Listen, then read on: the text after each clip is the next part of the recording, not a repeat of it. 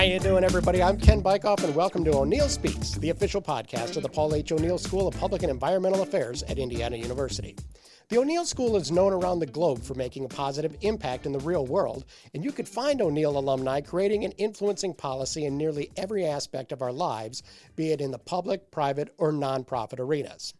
The world-renowned faculty and innovative education at the O'Neill School is one part of the equation, but preparing students for a purpose-driven career still requires support to get that career started. And that's where the O'Neill School's Career Hub comes in. We're joined today by Becca Keough and Lillian Clarke from the Career Hub office. Becca is the Assistant Director of On-Campus Recruitment, and Lillian is a career coach. Thanks so much for joining us. Yeah, thank you. Thank you. So let's start with each of you. We'll start with Lillian. Just kind of walk me down the path to you working at the O'Neill Career Hub. Yeah. So I actually started in O'Neill as a undergrad student. I majored in human resource management with minors in theater and law and public policy. So I became involved initially at the Career Hub whenever I started working part-time there as a peer educator. So I worked in that office helping students who were to come in if they needed resume help, cover letter help, all that jazz. And then eventually I graduated in 2023. From there, I worked in the private sector and then ultimately found my way back to the university. I was working at the university for a little bit, and then I found an opening as a career coach at O'Neill, and I had such a great experience as a peer educator that I thought it would just be a really good fit for me. So I applied, and here I am, and I've been here for about 10 months now. Becca, how about you? How'd you end up at O'Neill? Yeah, so for me, it's a little bit different, but I've been at IU for now going on 6 years in various administrative roles prior to the Career Hub. All the roles prior were coordinating events or at least working with events in some capacity. So events tend to be kind of a good space for me as more of a creative person. I've often found myself being driven by working with people, building connections and collaborating with others. So in 2022, I started my long drive into the arts administration program here at O'Neill. So I'm actually a part-time grad student in the arts administration program here. And so for about a year now, I applied to this role as the Assistant Director of On-Campus Recruitment at the O'Neill School and got that job. So I've been at the Hub now for a year. So with you being a current student, you being a former student, how do you think that helped you guys do your jobs better, essentially? Yeah, I mean, it definitely helps me to kind of tailor to the students that we're serving. I had the pleasure of just being with many students throughout my undergrad program and just seeing the passion that they have for wanting to lead for the greater good, whether that be through policy or through arts administration or through just helping out the environment. So I think having that personal experience through O'Neill and being with students that I know are driven and also working with faculty as well has helped me in my role because I can help tailor my services towards those interests and also point students to resources that I know about, such as just different faculty that I know will be able to help them in their search. I think similarly related to what Lillian said, just knowing some of the resources that we have here at the school and just the students being driven, they are pretty driven here, and just being able to help kind of point them in different ways with it, if it being, the MPO office or the UPO office that we have with academic advising, if that's what they need, or just, in my role, I bring in employers, and so sort of, helping them to be give them opportunities for, early recruitment and talent. That's what I do, is bring in employers in for recruitment.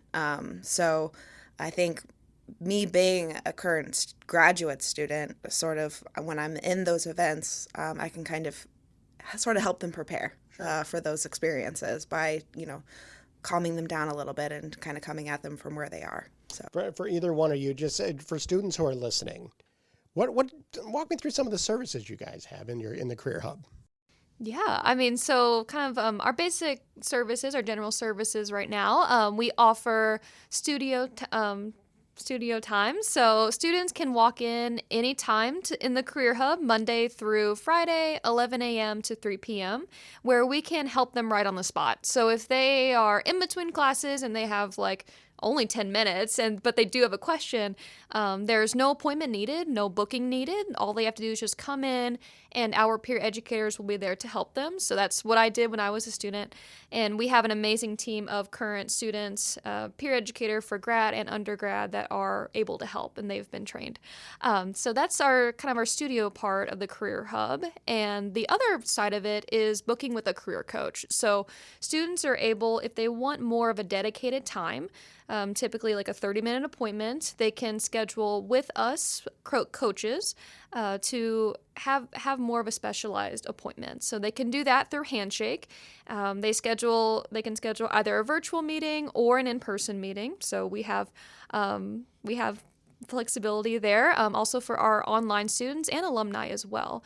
So in that 30 minutes, we can talk about their situation and really kind of get to the nitty-gritty about maybe what obstacles they're facing in the job or internship search, or even just even facilitating a mock interview, for example. So those are the two general services, studio and kind of those one-on-one appointments, that really make the Career Hub function, kind of from my perspective. Yeah, and then from my lens, we have, career fairs that we put on, so big career fairs and small ones. And then, other employer events. So we can bring employers in for, on-campus interviews if they're coming in, so part of my job is to bring employers in and work with them on creating sort of like a branding strategy, or I guess a recruitment strategy is what we call it. Because they are oftentimes looking for early talent. And so a lot of my job is to help them come on campus and look for early talent. So, which is, either seniors, even sometimes as early as sophomores, with those internship opportunities or part-time jobs or even full-time jobs, because they sometimes are even hiring for, summer or even, like 2026 out. So I help, promote those opportunities. And so we do on-campus interviews if it's around a career fair, career chats, so other, small employer events like that. And then, some panels or just FaceTime with student orgs would be really great. That's a lot of my job, is to just kind of bring them on campus and help them for students. So the relationship that you in particular and the O'Neill School has with recruiters from companies and in all areas, how do the students really benefit from those long-standing relationships? Yeah, so I think from my lens, I'm, as I said, they're really looking for not just super talented students, but they're looking for oftentimes students that, especially from the O'Neill School, they know what our students are. They know a lot of our degrees. They know a lot of our majors, and so they gear a lot of they have, or at least we're looking for employers that have specific internship opportunities or fellowships or part-time or full-time jobs that are, either in like the maybe management for those management students or nonprofits or whatever it is. And so I think it's hugely beneficial for our students. I'm not necessarily placing students, with employers, although that would be fantastic if I could do that. But I'm sort of help facilitating that relationship for them. And I think that's really beneficial, because I know when I went to college in my undergrad, in 2012 when I graduated, the Walter Center, which is for the College of Arts and Sciences, it didn't really exist then. So I think it's super great what we can do with these career fairs and events with employers, just to sort of get them FaceTime with these employers and facilitate that. Well, I know that when I graduated from from IU in the late 90s, there was none of this. They would post things on a bulletin board, and you could pull off little pieces of paper. So the work that you guys are doing to make finding a job, which is the whole purpose of this. Look, if you want to build a career, you want to drive a passion, you're doing it, and very few people are looking to do it for free. And so building that career and trying to make an impact is really important. And so it's great that these resources exist. Now, from a career coach standpoint, if somebody's reaching out to you, what should they expect from a career coaching session? I know every person is a little bit different and every person has different needs, but just kind of what is it that you kind of that process, if you could walk us through it? Yeah, definitely. So I know whenever I sit down with a student, and I can speak for my other fellow coaches as well, what you're going to hear is a lot of questions. So we whenever a student sits down with us and they say, "Hey, like I'm struggling with the internship search," we want to not just solve the problem, but we want to know about the person behind the problem. So it's like kind of we do sit down, we ask questions. We're like, okay, so what year are you? How has your semester been going? What brought you to IU even? And through that conversation, like it may seem up at first that it's not related to the question, but you really start to like facilitate self-reflection in the student, which can oftentimes empower them to discover what it is that is holding them back from finding a job, for example. Like there are several students that I love to ask, what brought you to your major?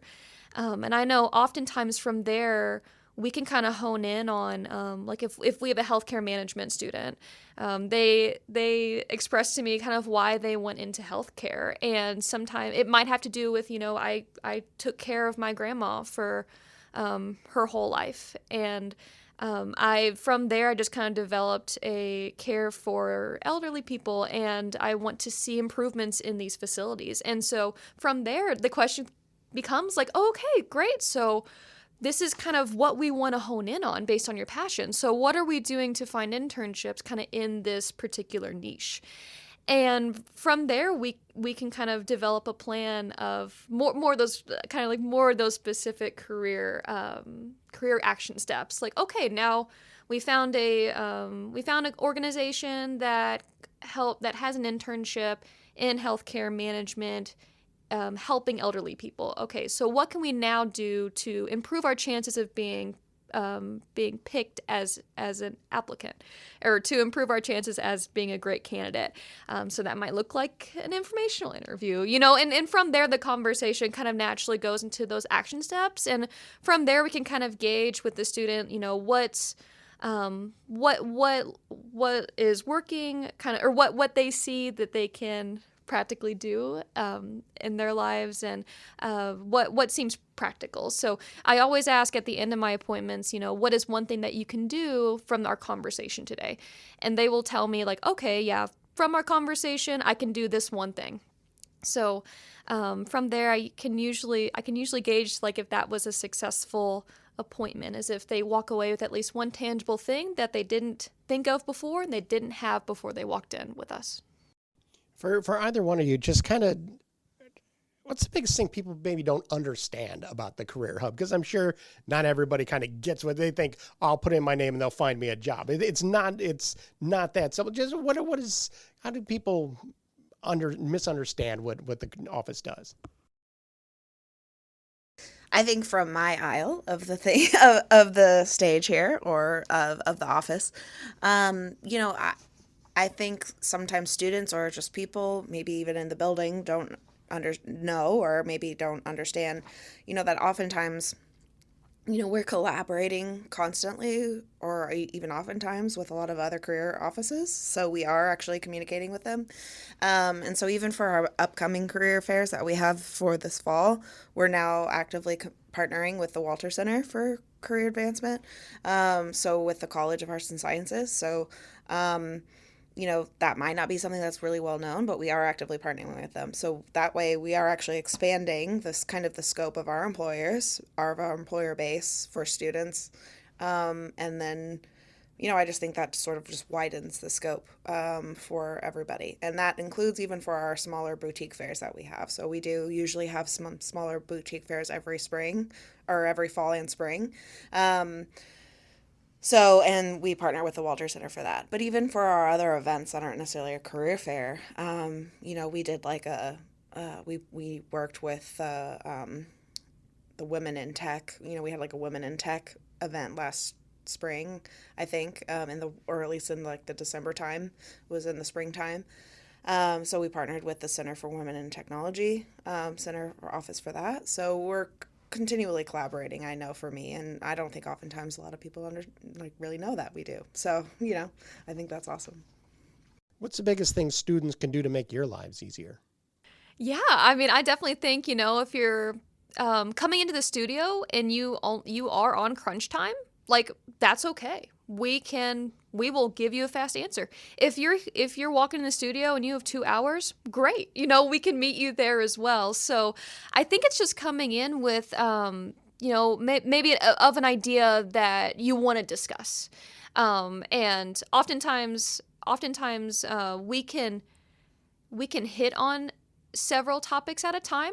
But what we really want to do is make the greatest impact in the one thing that seems to kind of be the one thing that seems to be on the student's mind. So, we could talk all day about like resumes and the internship search and job offers and interview prep, and we love our job and we know a lot about these items. But for the student's benefit, we want to make sure that a student is coming in with a topic. And that topic may change, and that's great too. But it does kind of help us to have a very meaningful, purposeful, impactful appointment is whenever they come in with a topic, and it might shift here and there, but that also too benefits the student because they can get the answers that they are coming in seeking. When's the right time for students to get involved in the Career Hub? Anytime. I would say now, yesterday, because you don't know what you don't know, right? So, I could probably go back to what I just said, I didn't have the opportunity to have career services, and so I think if you don't know what you don't know, but I know that if you do have, if you're doing an internship for credit, or if you do have a requirement for an internship and maybe you don't know what that is because you're a freshman or sophomore, okay, fine. But, it's okay to just step foot into the career hub and just see what we're about, talk to our peers. They're there for a number of reasons. They're on the same level as maybe a freshman or a sophomore. They're undergraduates themselves, or even we have our graduate peers too. And sometimes that's nice if you don't really know what you need, but you need some advice or some help. And sometimes that's okay. Like sometimes our office can be there just to be like, I just need some help or guidance. And sometimes we are there to just lend some unbiased, help and support and guidance for students. At least I know I can even do that, at our events that we do, or at least just provide those services. And they're free, for our students. So I think, take advantage of what we offer. And all of the opportunities that we offer. And I think from my perspective, the employers that I know that I meet with regularly and work with, even new employers that I'm working with and meeting with and sort of trying to help them create a brand around their recruiting strategy, I'm continually asking them, like what skills and skill sets they're looking for in their positions that they're hiring for, and if those skills are in alignment with what our students offer and what they are providing, if our classes are providing those for our students, and I know they are, and so, I know it's in alignment here. We're with all of this, and so that's my job, is to promote these opportunities for our students, and so I promote those jobs on LinkedIn, and I think, I send out weekly newsletters in the fall and spring, and to reiterate, I think just getting involved in our office, and even if they don't know what they need or should know, just to come in, and, we're there to help. So really, like any other office, I think in our school, we're there to help. Yeah, and I definitely think it's very flexible too with students as well. Like if you're a freshman and you have a question, come in. And if you only see us once, that's okay. If you come in and you're there, once a week, that's great too.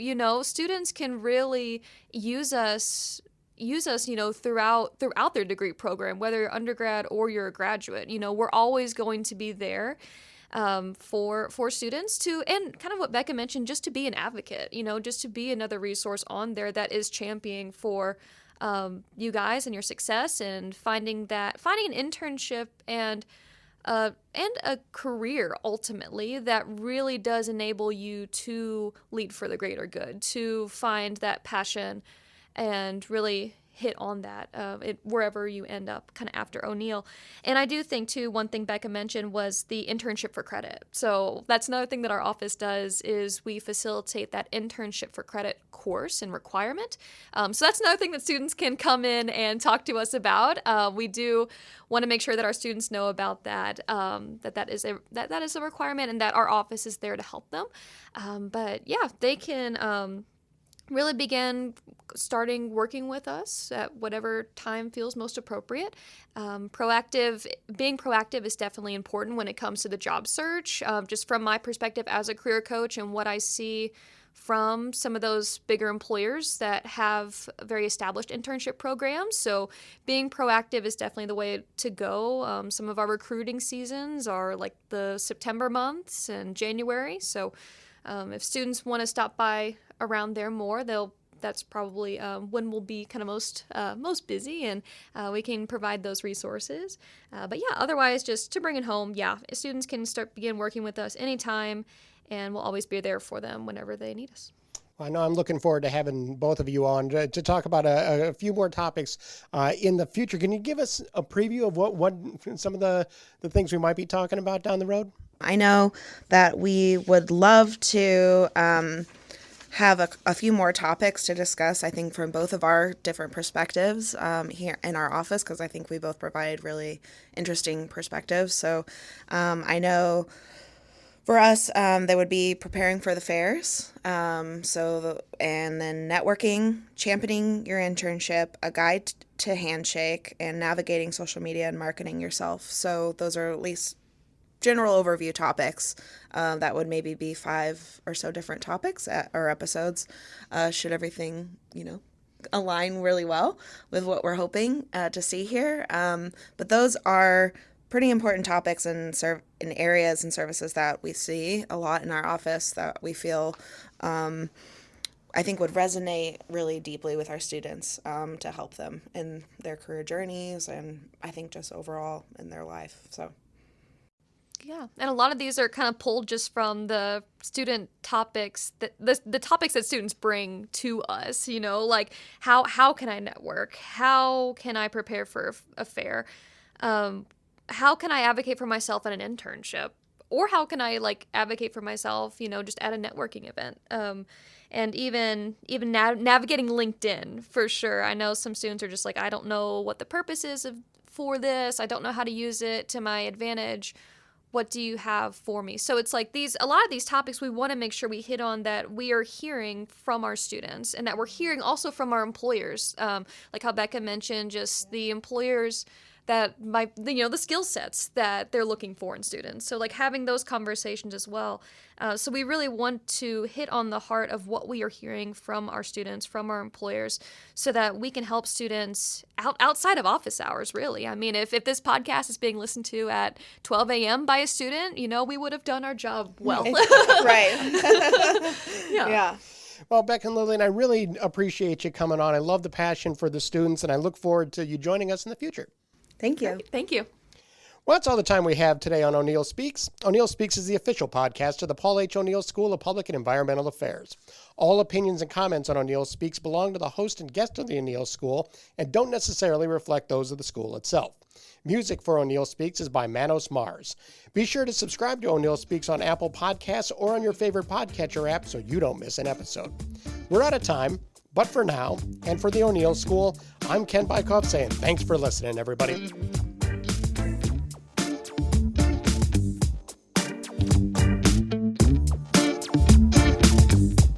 Mm-hmm.